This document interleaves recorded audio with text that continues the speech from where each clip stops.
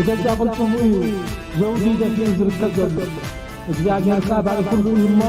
ለዛው ዲዚአ ዝንቲያ ወይ بحدش هالسرحة سرحو جميل له كابتغن محجي تفلطو بحدش كدي طلباتكم كمال انه تدالي له ባህላውን ዘመናውን መግብታት ፍሪያት ባህርና እንስተማወሩሉ በመኩራት ከሻኑ ዝዳሎ መግብታት ጆባ ይወኩም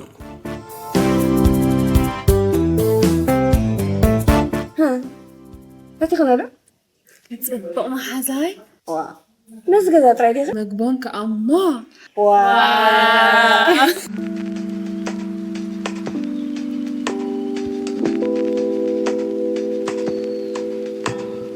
هاني أكمل زبالة ود جزء على خمسة فتخيل؟ طعمي مقامي عبزي عن برسانة تقدرنا طعم تبو محزي ليه تحونا مرعى بستقدرنا يا خبي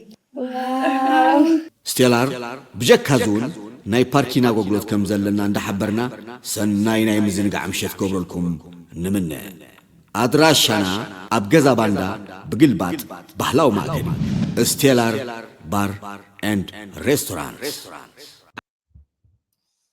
سلام تخاتلتي سول ميديا ابزوز لكم وسلام كم يبزحتم حدثنا سول ميديا زغونكم اب تقدميت كومنت ابا غدفلكم يالا فرصه كلاتكم تخاتلتي نتفوتوم سبات كا اب سول ميديا سبسكرايب نغور بزغاطا مختقدموم داتلابخو اب تقدميت كومنت ابا غدفلكم يالا فرصه ايد كاينا نسول ميديا نبيا نلومي كمزي ابرستري وزلكم استفالاليه زوعله فنقربينا مكتتالكم عدم بمجمرتا فانو لو معانت بتعمي عوض توغانات يفلو ابز قربا معالتاتكا فانو حوحات اولا او اديسابا خصوصيهم او اديسابا خصوصيهم اولا فانو حوحات كمون بزعبات تابدس ورده زمصانا حبريتالو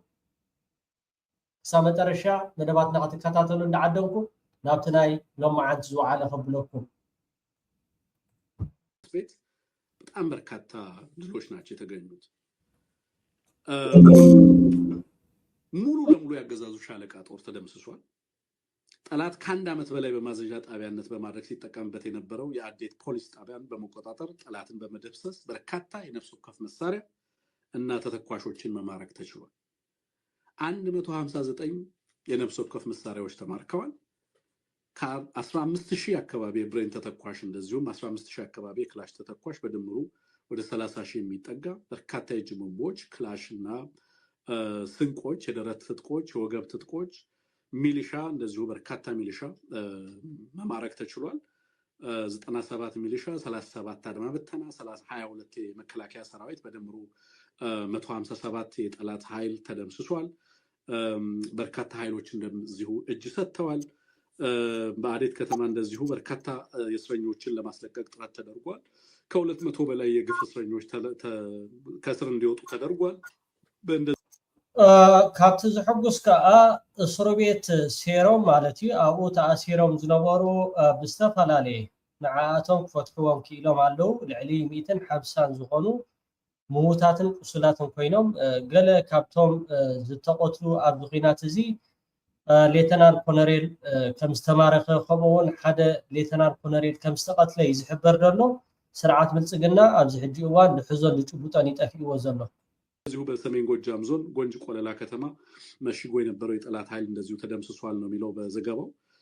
ነበልባሎቹ 102ኛ ኮር በተመሳሳይ ሰዓት ጎንጅ ቆለላ ወረዳ በመግባት 89 ሚሊሻ 24 የመከላከያ በድምሩ 103 የጠላት ኃይል እንደዚሁ ተደምስሷል ነው የሚለው በዚህም በርካታ የነፍስ ወከፍ መሳሪያ በርካታ ተተኳሽ በርካታ ምርኮኛ መያዝ ተችሏል የሚል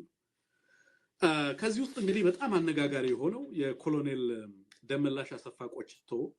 መማረክ ነው ኮሎኔሉ ከተማረከ በኋላም ያስተላልፋቸውን መልእክቶች ያው ብዙዎቻችሁ ተመልክታችኋል ምን አይነት መልእክት እንዳስተላለፈ ኮሎኔሉ በቀጥታ ያስተላልፈው መልእክት ላይ ፋኖ ይችላል የሚል መልእክት ነው ኮሎኔሉ ያስተላልፈው ኦኬ ቴንክ ዩ ፕሮፌሰር ቅድመ 2 ዓመት ፋኖ ኣብዚ ጀመሩሉ እዋንን ሰዓትን እንታይ ክብል ተዛሪቡ ነይሩ ብርሃኑ ጁላ በቃ አጥሪና ሚና ናይ ምልቅቃም ነገራትና ንገብር ደለና ክብል ተዛሪቡ ነይሩ ትዝክሮ እንድሕርዳሁ ብርሃኑ ጁላ በአማራ ክልል የህዝቡን የመብት ጥያቄ ካባ በማድረግ ፍላጎቱን በኃይል ለማሳካት የተንቀሳቀሰው ኃይል ላይ እየተወሰደ ባለው እርምጃ አመርቂ ውጤት መመዝገቡን ገልጸዋል። የመከላከያ ሰራዊቱ ጥበብ በታከለበት ወታደራዊ እንቅስቃሴ ተከስተው የነበሩ የጸጥታ ችግሮችን እየቀረፈ መሆኑንም ነው የተናገሩት። የኢትዮጵያ መከላከያ ሰራዊት አማራ ክልል ሰሞኑን የተፈጠረውንና ሸኔ ቀደም ብሎ የፈጠረውን ችግር የማስተካከል ስራ ነው እየሰራን ያለነው። ሁለቱም ስራ ደግሞ በጣም ጥሩ ሄዷል። ስጋት ወደማይሆን ደረጃ ወፋኖ ስጋት አብዘይ ኮነሉ ደረጃ ኢና ጽሕያ ዘለና ስለዚ ንለቃቅሞ ሚና ዘለና ክብል ብርሃኑ ጁላ ተዛሪቡ ነይሩ ቅድመ 2 ዓመት ወርዷል። ጥሩ ሄዷል። ስጋት ወደማይሆን ደረጃ ወርዷል። የመለቃቅም ስራ እየተሰራ ነው። ወንለቃቅሞ ሚና ደለና ክብል ተዛሪቡ ነይሩ። ሎማዓንቲ ሌተናል ኮሎኔል ደንበላሽ ተማሪ ኩሎ ከምኡውን ሓደ ሌተናል ኮሎኔል እውን ከም ዝተቀትለ አዛዚ ዝሕበር ደሎ። የሚገርመው ነገር ቅድም እንዳልኩት መግቢያ ላይ ገና ሲያዝ ኮሎኔሉ ተይዞ ያው ተከበባ ተደረገበት ተያዘ። ከተያዘ በኋላ ፊቱ ላይ ይነበብ የነበረው ሪሊፍ ፊቱ ላይ ይነበብ የነበረው ደስታ በግልጽ የዚህ አገዛዝ ሰራዊት ኢንክሉዲንግ ከፍተኛ ክፍለ ጦር አመራሮቹ ጭምር በምን አይነት መሰላቸት ውስጥ በምን አይነት ስጋት ውስጥ በምን አይነት ፍርሃት ውስጥ እንደሚኖሩ ማሳያ ነው። ኮሎኔሉ ፋኖ ይችላል በል ሲባል በቀጥታ ያለው ነገር እንዴት ይችላል ትሉኛላችሁ? መጠርጠር ውስጥ ይችላል የሚለው ቃል አይገልጸውም። ይሄ ፋኖ እያደረገ አፋብን እያደረገ ያለው በአማራ ክልል እየተደረገ ያለው ተጋድሎ በሌሎች ሀገራት ቢደረግ ኖሮ እንዴት ይዘገብ ነበር የሚለው ነገር በጣም ብዙ ጊዜ የምጠይቀው ጥያቄ ነው። በእውነት አሁን እያንዳንዱን ኦፕሬሽን ዛሬ እንግዲህ እንዳልኩት የቀድሞ ኦፕሬሽን ዘመቻ የሌሊት ወፍ ነው። እኔ የኢትዮጵያ መከላከያ ሰራዊት ነኝ። ፋኖ ማርኮኛል። ሌተናል ኮሎኔል ደመላሽ ይባላል። ሌተናል ኮሎኔል ደመላሽ ይባላል። ፋኖ ይችላል። ፋኖ ይችላል። ፋኖ ይችላል። እውነት ነው። ይችላል። ወጥ ተማረኸስ ትሪጎ ዘለኽሚ ጀምሮ ችግር የለም። እኔ የኢትዮጵያ መከላከያ ሰራዊት ነኝ። ፋኖ ማርኮኛል። ሌተናል ኮሎኔል ደመላሽ ይባላል። ሌተናል ኮሎኔል ደመላሽ ይባላል። ፋኖ ይችላል። ፋኖ ይችላል። ፋኖ ይችላል። ፋኖ ይችላል። እውነት ነው። ይችላል። እዞም ትሪኦም ዘለኹም ከዓ ኣብ ቪድዮ ማለት እዩ ትድምፂ ቁርብተይ ናይ ቀያይቲ ድምፂ ስለ ዘሎ ከምኡውን ዝተፈላለዩ ድምፅታት እውን ይኣቱ ስለ ዘሎ እቲ ሚት ጌርና ኣለና ብዝተኻእለኩም መጠን ግን እንድሕር ዳ ናብ ስክሪን ገፅኩም እንድሕር ዳ ጠሚጥኩም ሎማዓንቲ ናይ ብርሃኑ ጁላ ሰራዊት ከምኡ ከዓ ናይ ብልፅግና ሰራዊት ሞራል የብሉ ዋላ ኩሉ ነገራት ኣብዚ ሕጂ እዋን ሰራዊት ብልፅግና ናብ እግረይ ኣውፅኒ ወይ ከዓ ናብ ዝተፈላለዩ ቦታታት ኣብ ምህዳም ከምኡ ከዓ ብኦላ ይኹን ብወገን ፋኖ እውን ብዙሓት ይማረኹ ተማሪኾም ከዓ ብቀይሕ መስቀል ናብ ስድራ ቤቶም ከምኡውን ክንቃለስ ኢና ዝብሉ ብዙሓት ምስኣቶም ሓቢሮም ይቃለሱ ከም ዘለዉ እዩ ዝሕበር ዘሎ። እዚ እቲ ብርሃኑ ጁላ ዝዛረቦ ዘረባ ግን ብጣዕሚ ሰማይን ምድርን እዩ። ምዝ ክንሪኦ ፀናሕና ምስቲ ኣብ ባይታ ዘሎ ዘይራኸብ ክሕስቡ መዓት ክጀሃሩ መዓት ከምሎም መዓንቲ ግን ስርዓት ብልፅግና እሞ ከዓ ላዕለዎት ኣዘዝቲ ከምዚ ኢሎም ክማረኹን ክቅተሉን ዓብ ውርደት ናይ ስዕረት እዩ። ልካችንም ቦታችንም ችሎታችንም እናውቃለን። ጫታ እንደ ኢትዮጵያ አይነት ሰራዊት አሁን ዓለም ላይ አለ ብዬ አላምንም። ብዙ ሚሳኤል፣ ብዙ ምንድነው ጄት፣ ብዙ ትጥቅ ሕጂ ኣብዚ መርቂኒ ደሎ ጫት ወዲ ጫት ገለ ወሲድሎ ኣብዚ ዝዛረቦ ደሎ ዘረባ ጥዕና ዘለዎ ዘረባ ከምዚ እውን ክዛረብ ኣይፅበየን ኢኻ ግን እንታይ ኢኻ ትርኢ ኣብዚ ከም ሰራዊት ናይ ኢትዮጵያ ኣብ ዓለም የለን ችሎታ ኩሉ ነገራቱ በቃ ካልእ ኣፅዋራት ክህልዎም ይኽእል ይኸውን ንሕና ግን ብምባል ኣብ ሓደ ኣጋጣሚ ብዛዕባ ፋኖ ኣመልኪቱ ዝዛረበሉ ዝነበረ እዋን እዩ ብዙ ደሞዝ የሚከፈለው ወታደር ሊኖር ይችላል። የኢትዮጵያ አይነት ግን ተልእኮውን በአስቸጋሪ ሁኔታ ውስጥ መፈጸም የሚችል ችግር ተቋቁሞ አገሩን አስቀድሞ ራሱን አርክሶ የሚሰራ የለም እና እኛ ሰራዊታችን እንደዚህ ነው ምን ገመግመው ምን ለካው እንደገና ደግሞ ዴይሊ ስለ ሰራዊታችን ውስጣዊ ሁኔታ ያየን ያስተካከል የገነባን ያጠናከርን ስለምንሄድ ሲያምራችሁ ይቅር መባል አለባቸው እነዚህ ሰዎች የሚል ነው እና ምንድነው አልሸባብ የኢትዮጵያ ትሬት አይደለም በፍጹም ትሬት አይደለም እንደገና ደግሞ እኛ በጣም ተወጥረን በጣም ተለጥጠን እንደው አቅም አንሶን እዚህ ተጠምደን ሌላው የሚገባብን አይነት አገር አይደለም እና አትስጋ ነው እንደው ፊልድ ማርሻል ብርሃኑ እርሶን ጨምሮ ሌሎችም ከፍተኛ የጦር መኮንኖች ሰሞኑን የወታደራዊ ዲፕሎማሲ ጉዞ ላይ ነበራችሁ የነዚህ ጉዞዎች ዓላማ ምንድነው የተገኘው ውጤት ምን ይመስላል ምን መሰለ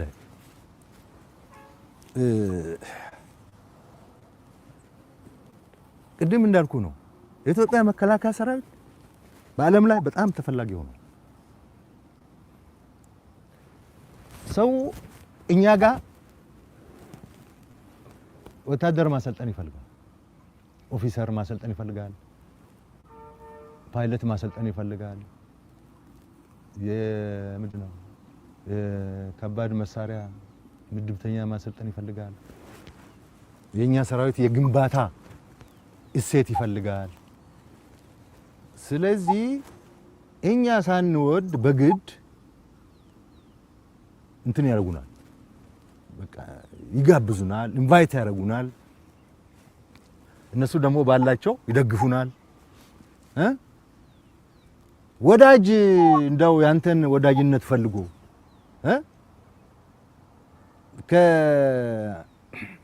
ከግማሽ መንገድ በላይ ሄዶ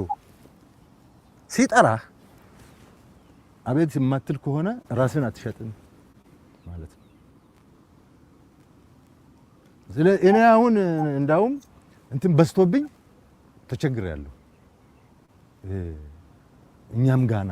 እኛም ጋር እኛም ጋር እንነጋገር እኛም ጋር እንደራደር እኛም ጋር እንፈራረም የሚል በቃ ቁጥር የለው ለምንድነው የኢትዮጵያ መከላከያ ሰራዊት ጋር ያለ ነገር ወደነሱ ትራንስፈር እንዲሆን ይፈልጋሉ ስለዚህ ይጋብዙናል የታንዛኒያ ጥሪ የተደረገልኝ መስከረም አልችልም እያልኩ ያራዘምኩ ሁለቴ ያራዝም ያለው ይመስለኛል ሁለት ደብዳቤ ጽፈን አራዝመናል እዚኣቶም ጎረቤትና ብምዃኖም ዕድለኛታት ኣይኮናን እቲ ዝዛረቦ ደሎ ጥዕና ዘሎ ሰብ ከምዚ እውን ክዛረብ ኣይፅበየን ኢኻ እሞ ከዓ ሓደ መራሒ ናይ ኣዛዚ ሰራዊት ናይ ሓንቲ ሃገር ተባሂሉ በቃ ከም ኩለን ሃገራት ይዕድማና በቃ በጃኻትኩም ፓይሎት አሰልጥኑና በጃኻትኩም መካናይዝድ አሰልጥኑና በጃኻትኩም እንዳበላ በቃ ከም ኢትዮጵያ ሃገር የላን ሰራዊት በምህዳን ዲ ዋላ ቢኢድካ ምብሃብ ዲ በንጻሩ እትዛረቦ ዘለኻ ሰማይ ምድርን ግን ከም ዝኽትሪዎ ፀናሕኩም ሎማዓንቲ ፋኖ ዳርጋቲ መብዛሕትኡ 9 ሚታዊ ተቋጻጺርዎ ኣሎ እቲ ክልል አምሓራ ኦላው እንተኾነ በዝሓለፈ መዓልታት بناي حدا خابزوم ناي أورومو استزاربو زربان نحردا هاللي غينو أبتي 3-4 كيلومتر أب كباب أديس هابا خمون جوارون توسخون كوميل تزاربنيو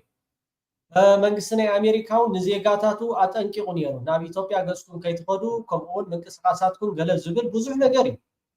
ለዚ ዚያታ ኢትዮጵያ ኣብዚ ቀረባ መዓልታት ግን ብርሃኑ ጁላ ክመጹ ኸም ምህደሚኻ አናዲ ኦላ ሕወሓት ፋኖ ክመጹ ኸም ዚያታ ጉዳይ ሎማዓንቲ ግን ፋኖ ብጣዕሚ ደስ ደብል ዓወት ኣመዝጊቦም ኣለው ተዓወትካ በዚ ኣየብን ኒው ክቅጽል ካብቲ ዝነበሮ ብዝተዓጻጸፈ حراي بزعبا تادسو ورده ناو አዲስ አበባ ኸይዱ ገለ ዝብል ታደሰ ወረደ ስልጣኑ ቅጽል መኻኑ እቲ ዝመጻና ሓበሬታ ጽጽይ ሓበሬታ ማለት አብይ አህመድ ካለ የውሉን አማራጭ ጌታቸው ረዳ ነሩ ጻድቃን ነሩ ካብቶም ናይ ፕሪቶሪያ ሓደ ታደሰ ወረደ ይተሪ ታናይ ውዕል ፕሪቶሪያ ኻ ፍልጥያ ከመይ ጌርካ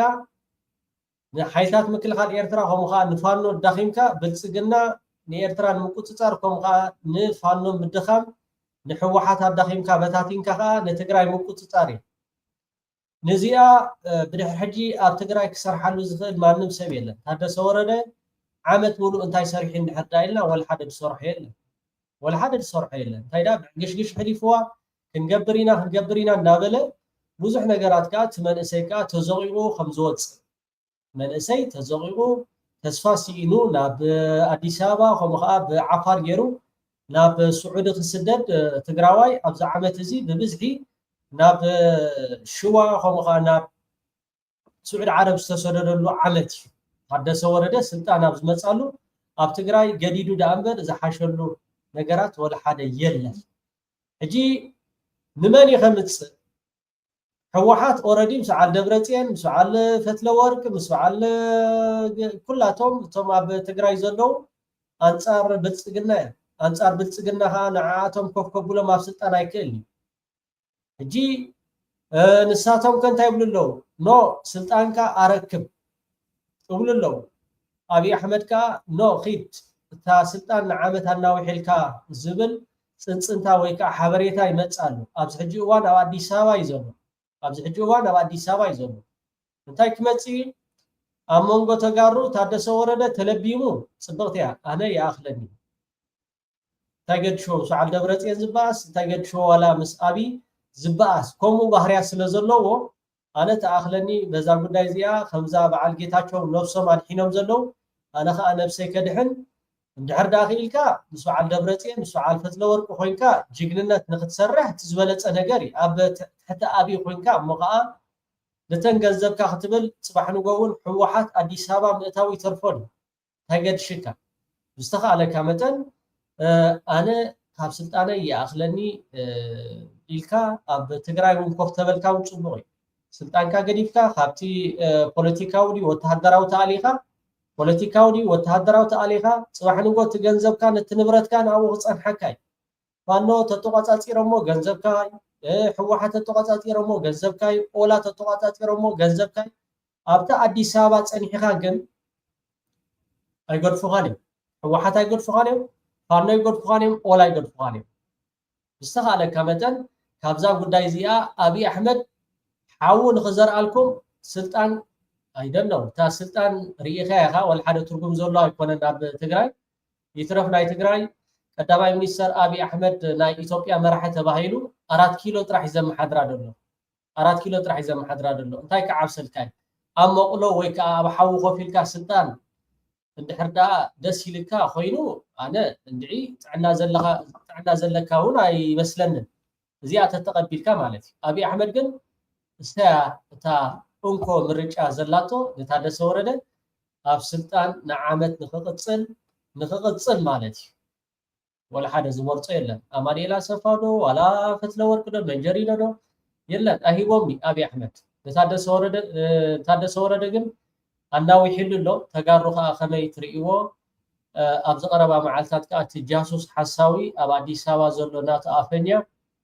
ود خبده ماتي خزاربي عفرفر كبلي تريوه يحم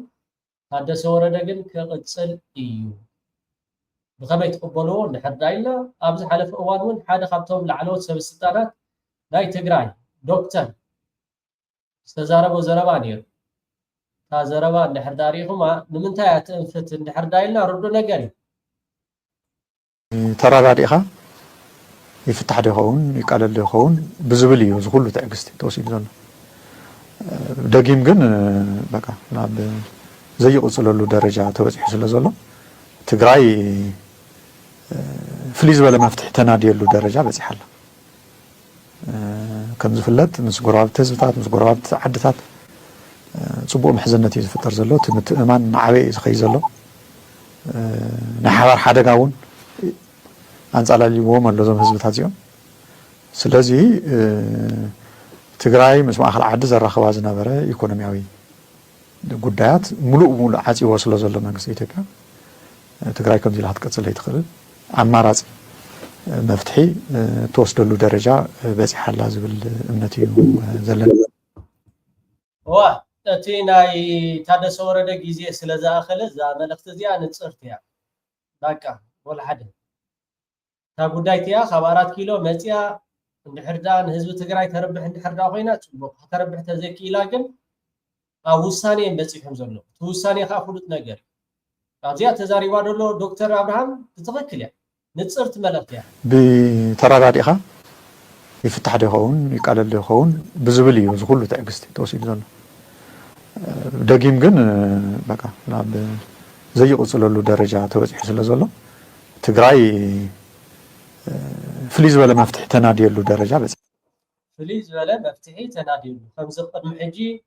يتكبر وعد بريتوريا نو خمزلو تايدا بينو قلقل زبهان نقرات كله بدها حجي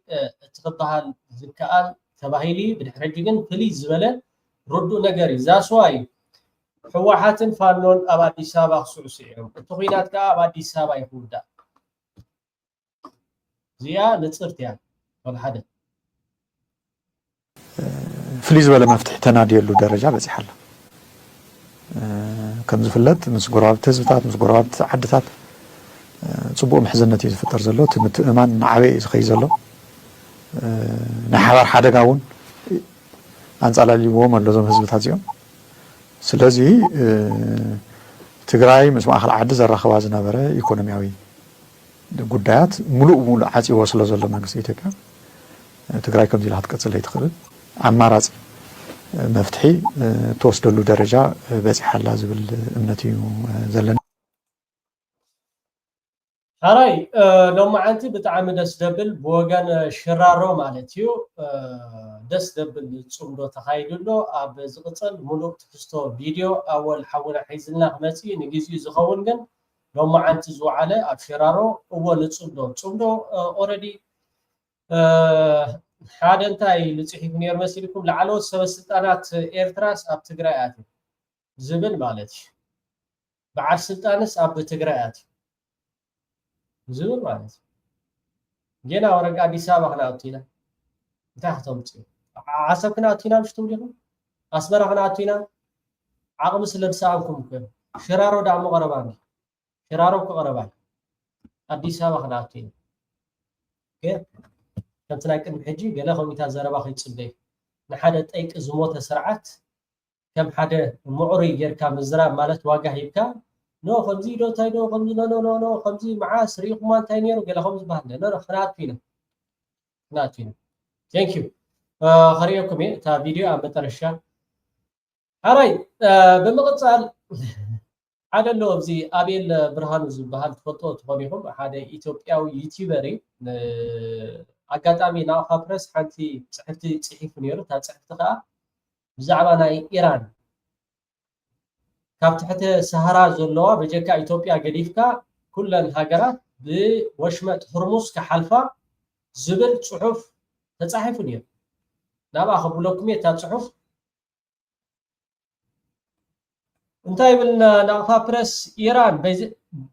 بجكا إثيوبيا نخلنا بتحتي سهرة زلوا هاجرات كل عينة قربات وشمة حرمز كاتو وسينا إيران بجكا إثيوبيا نخلنا بتحتي سهرة زلوا هاجرات كل عينة قربات وشمة حرمز كأتوا وسينا زبل ما نجي هذا حدا يجي ديالو نتخونه تاتريوم إثيوبياويان زحزوا دجبطون يمتفيهم زمان حسب إمارات عرب ندادي هيباتنا سلسة مركبي متصالوا ربيت هيباتنا إمارات بنزين نافتا قلن داول وزيحن بتصحفو زوحن قل اتزولو أبايتا كونتات بنصارين أقدمون كما حلال فوت أنيه كم بعال زود شو استفلالي مع كنا زيناون بتي إثيوبيا تجورو زلا مس إسرائيل يكون مس إمارات عرب أبي أحمد ون أب رسل كينات نهالون أب إمارات بمخادو نإيران زخنن نإسرائيل زدقف إثيوبيا باستفلالي أم حبراو ميديا زرقها أبي أحمد كعب أكلا وخيدي جي تام زبل زلو أنا بتعميز قرمن نا حدا كنداوس إثيوبيا ودب كابغرا تحتكم كما يندحر دالك حديد كاس وقت كمان لو اغلي زبلك كندا ولو ايران ولو جابان ولو امريكا ولو زغله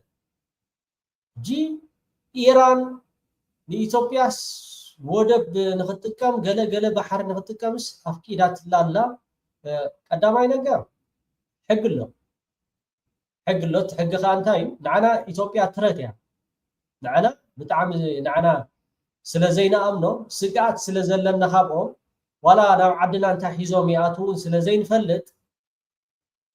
شينا بشنتنا غيرنا وحج غيرنا هنوصدوكم ينا 5 مليون يهم 3 مليون يهم زبل زرباتات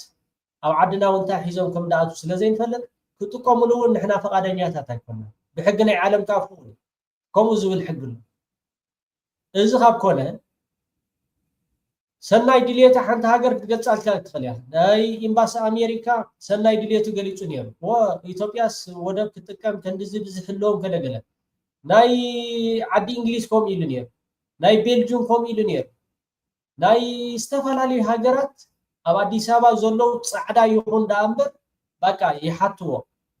ከመይ ባሕር ክትቀም ከመይ ኢትዮጵያ ወ ክትቀም ጽቡቅ ይገለም ግን كوهابا يكون نتملخت كوهابان كتكمل زغلاكم يلن كما جمرتو بعلخاتكم لوخاتن نحزبكم زي تحالي يخونكم دا أمبر حزب إثيوبيا نختكم منقسن حزب إيرترا أيكل كولو جن إذا حطو زيا كم حطو الحردال عيلكا ما نمسب وختكم الله حجي زبول وسمعهم ኢትዮጵያን የባህር በር ጥያቄ በተመለከተ ከኢትዮጵያ ጎን እንደምትቆም በዛሬው ዕለት ገለጠች። በኢትዮጵያ የኢራን ባለሙሉ ስልጣን አምባሳደር የሆኑት አሊ አክባር ራዛኒ በዛሬው ዕለት በጽህፈት ቤታቸው በሰጡት መግለጫ ኢትዮጵያ የባህር በር ለማግኘት የምታደርገውን ጥረት ተገቢና የሚደነቅ መሆኑን ኢራን በልበ ሙሉነት ታምንበታለች፣ ከኢትዮጵያም ጋር ትቆማለች ብለዋል። አምባሳደሩ የሀገሪቱን ወቅታዊ የኢኮኖሚ እድገት፣ የህዝብ ብዛትና የባህር በር መዳረሻ እንዲኖራት የግድ እንደሚል አጽንኦት ሰጥተው ይህ ኢትዮጵያም በቀይ ባህር ላይ የምትፈልገው የባህር ፍላጎት በሰላማዊ መንገድ በድርድር እንዲሳካ ኢራን ማናቸውንም አይነት ድጋፍ ለኢትዮጵያ መስጠቷን ትገልጻለች ብለዋል። ሂደቱ ለቀጠናው መረጋጋት፣ ለኢኮኖሚም ትስስር ወሳኝ መሆኑን አመልክተው ኢትዮጵያ የጠየቀችው ጥያቄ ትክክለኛና ኢራን በሙሉ ድጋፍ የምትሰጠው የምታምንበት ነው ብለዋል። የኢትዮጵያ መንግስት ጥያቄውን በዲፕሎማሲያዊ መንገድ ለመፍታት የሚያሳየው ቁርጠኝነትም መሰገን መሆኑን የጠቀሰችው ኢራን ድርድሩ ለሀገሪቱ ዘላቂ ዋስትና በሚሰጥ መልኩ መከናወኑ ለቀጠናዊ ትስስር የላቀ ፋይዳ እንዳለው አስረድተዋል። ይህ የኢራን ይፋዊ ድጋፍ ኢትዮጵያም በአፍሪካ ቀንድ ያላትን ጂኦፖለቲካዊ ተጽዕኖ ለማጠናከር ለምታደርገው ጥረት የውሸት አባት እስኻ ናይ ሓሶት ተሓሶት ትበሃል ብአብየል ክትካ ክትከል ኣለዋ ኣብ ኢትዮጵያ ብአብየል ትበሃል ሓሶት ክትካ ኣለዋ ፕሩፍ فيديو صحف سند سويلك هيكونن حزب إيرترا موقحف هيكونن حزب السودان موقحف هيكونن حزب جيبوتي موقحف هيكونن حزب الصومال موقحف هيكونن حاسوت اب ኢትዮጵያ ግን ኖርማሊ ማለት ይሽረፍ ሐቅ ተዛሪብ ካይ ነውር ዳምበር ቀዳማይ ነገር ኤምባሲ ናይ ኢራን ኣብ ኢትዮጵያ አበይ ኣብትናት ዌብሳይት ከና ሆም ዝብል አይራኹና بفيديوهم كوم زبل أنا أيراهم ولا تبلون انت يخبل ክወሃባ ኣለዎ ክትጥቀም ኣለዋን እዚ ሰማይን ምድርን ክልቲኡ ዘይራኸብ ነገር ግን እንታይ ይኹን ኩሉ ግዜ ባራዩ ስለ ዝኾንኩ ናይ ምዕራባውያን ከምኡውን ኣይተሓፍሩ ኣይተሓንኩ ትማል ንህዝቢ ኢራን ስለምንታይ ንኢማራት ዓረብ ደብዲብኩማ ኢልኩም ወይ ትብሉ ዝነበርኩም ሕጂ ኣልዕል ኣቢልኩም ከም ትብሉ ሓሶት ናብካ ፕሬስ ፅሒፍዋ ዝነበረ ኢራን ንኣፍሪካ ብሓፈሻ ንምስተን ከም በዓል ኢማራት ከም በዓል ኣሜሪካ ከም በዓል እስራኤል ዝዳናገፀ ሃገራት ገዲፍካ ኩለን ክጥቀማ ተፈቂድዎን ሕቶ እውን የብሉ ኢትዮጵያ ግን በቲ ትገብሮ ጠብለቕሎቕ ክሳብ መርከባ ከም ዝተኣገደት ኣቃሊሕና ነርና ናብ ሰዓቱ ማለት እዩ ኣብ ሰዓቱ ንሕና ከዓ ከም ኤርትራውያን ምስ እስራኤል ኖርማል ዝምድና ኣሎ ምስ ኢራን እውን ኖርማል ዝምድና ኣሎ ምስ የመን እውን ኖርማል ዝምድና ኣሎ ንሕና ክብረትና ዘይንሸይጥ ኣብ መትከላትና ኣሚና ንኸይድ ኢራን ከምዚ ኢላ ኣሜሪካ ከምዚ ኢላትና ኣይትርብርቡን እንዲሁም ሕጂ ከዓ ኢራንስ ከምኡ ኢላትና ኢራን እሞ ነዚኣ ክትሪኦኩም እያ ፀሊኣትኩም ደሎ ፕሩፍ ኣምፅ ስለዚ ተገዲስካ ዝሰደድካለይን እዚ ኣልዕል ኣቢሎም እዮም እንታይ እዩ ነቲ ኣውድየንስ ኣብ ኢትዮጵያ ምግታት የለን ስኢልካ ካብ ጎሓፍቲ ጉሕ ሓቂ ተተዛሪብካ ይነብሩ ሌሎች ሰዎች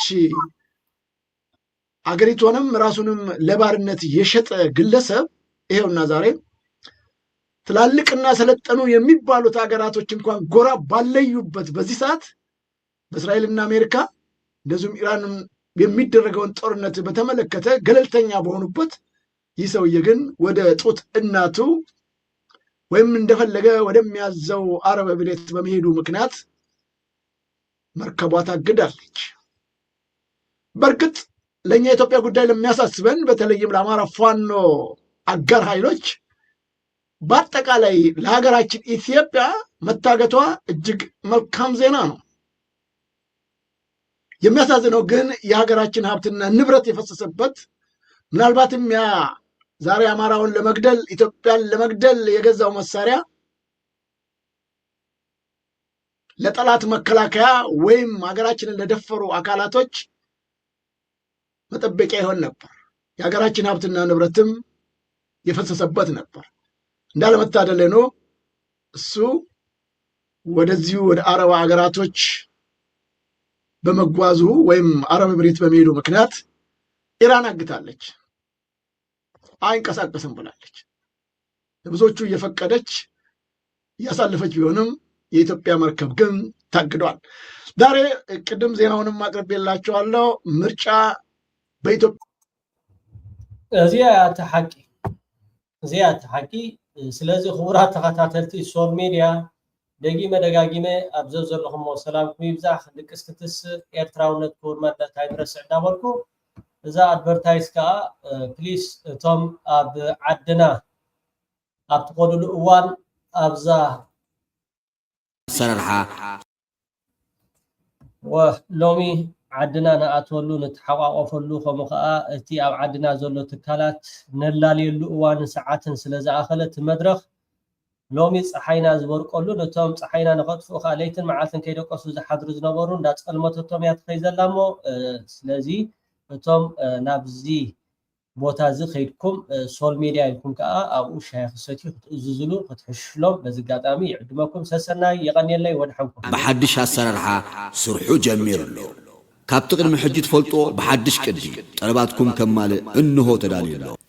ባህላውን ዘመናውን ምግብታት ፍርያት ባሕርና እነስተማቕረሉ ብምኩራት ከሻኑ ዝዳሎ ምግብታት ጆባ ይብለኩም።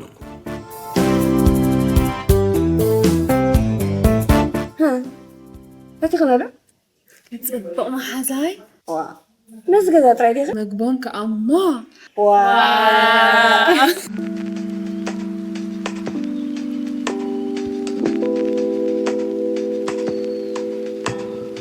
ኣነ ኣብ ከመይ ዝበለ ውድ ገዛ ዳ ክንፅኽም ፈትኸ ብጣዕሚ መኸመይ ኣብዚ ኣኒቨርሳሪ እናተገበርና ብጣዕሚ ፅቡቕ ማሕዘይ ናይ መድሓውና مرعى استقبرنا خمي ستيلار بجك هزون ناي باركينا غوغلوت كم زلنا عند حبرنا سناي ناي مزنقع مشيت كوبرلكم نمنا أدراشنا أبجزا باندا بقلبات بحلاو ماكن ستيلار بار اند ريستوران زلخم هاجر كوينكم أب هاجرنا نزركبو تقدسلو من زقدسلكم من سدرابيتكم أزماتكم فتوتكم من أفكارتكم من بهند بتاوي عينتاو هياب كتسدمموم تدلي دو ملسكم إنا داخل انتو خوينو داقيم بمنن بخمين زبل سكفتاكم كانتتوا نزغلي تبلكم دكوانكم دكوان ما عد سدرا نزي أقلقلوت زي كترخبو مسأت دليو قداماي موبايلكم ويون لابتوبكم كفيتكم ناب www.naqfana.com بمئتاو ما عد سدرا زبل متقبري وي ابليكيشن صعنو كلتا بدحرزي قصري موبايلكم نا ايميل ادرشاكم من مستراوي قصركم من بمئتاو كاب اونلاين دكوانكم ما عد سدرا بهياب كسدو زدلوكم عينتن بزحن اسبيزان كالوتا قحتن بمطلاب ابز حصر غزي كبصحلكم ناب اتدليو اوشت هاجر زركب سبكم كنبصحلكم كمن نخل كنبسركم نفتو سلسته نعبيتو راياتن كالوت بتقلب زغبرو عدقتاتن مس اتدليون ملختكم ابز متغبري يقدفلنا كنساسيكم دلوات علنا مرحبا صدرانا ابززلنا سلام نقولنا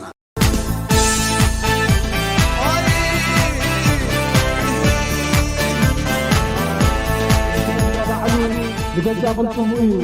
زوجي دفين زركب جل እግዚአብሔር ካባለ ሁሉ ይሞ ለዛ ዘውድ ዚአ ስንኪያ ወይ